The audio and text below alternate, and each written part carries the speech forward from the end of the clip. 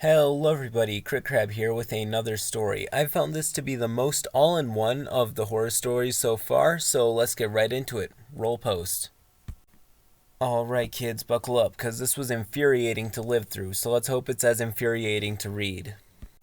So, I play a lot of 5e D&D, and I've had a somewhat consistent group for my school about a year ago.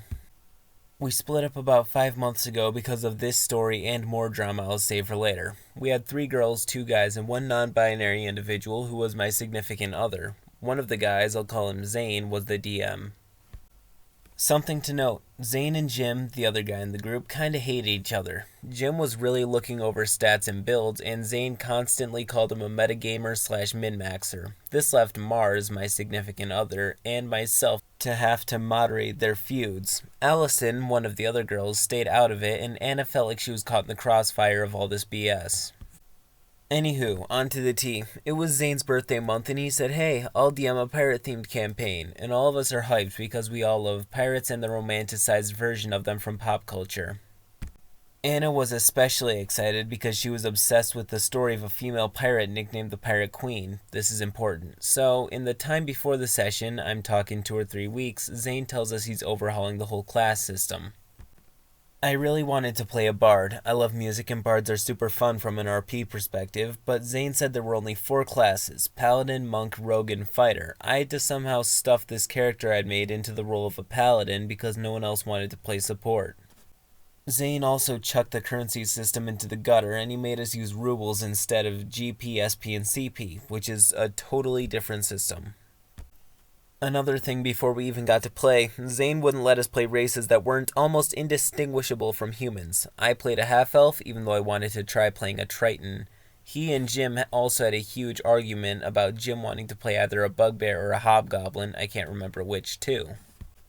They settled on Jim playing a changeling. When Mars said they were planning on playing a non-binary character, Zane responded with something like, then I'll kill him off first, which majorly offended Mars. They somehow were convinced to stay though. So the time comes to actually play, and it's bad. It starts with the party hanging out in a tavern when soldiers bust in and immediately start arresting all of us. Anna's character is a 30-year-old wood elf, so she's almost crying. I mean, she's basically a child in elf years. And Jim's character tries to break us out via ship shafting into one of the officers, only to get immediately threatened and rearrested. They take us to a policey carriage where we get loaded onto a slave trade boat. My character, being a smooth talker, tries to charm our way out. They then chain us together in an on-ship cell. The other prisoners tell us they're planning a mutiny. We say, great, we'll help, and we manage to break out of our cell. We have to fight 3 guards with rifles. We've got planks of wood. Needless to say, we got our butts kicked, so the NPCs finish the fight and complete the mutiny while we sat downstairs to recover. They succeeded, only to have a second enemy ship arrive while we come on deck. They then started tossing knockout gas onto the deck. We leapt into the escape dinghies and barely made it out alive. Everyone fell unconscious and we drifted away for a while. Stranded and useless. We had no free will or agency. Anywho, the group disbanded after this because of how awful the session was and because Zane was a general racist, homophobic crap lord. End post.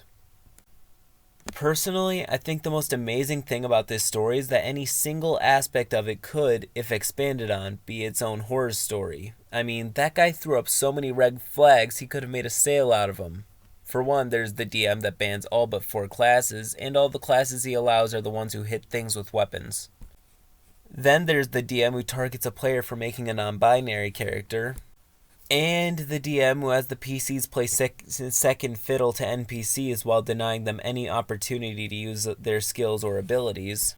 And, of course, the ever-popular Conductor DM. All aboard the DM's railroad, leave your free will and player agency at the gate. Any of these could have been their own horror story, but here they all are, together as one. This has been CritCrab, and till next time.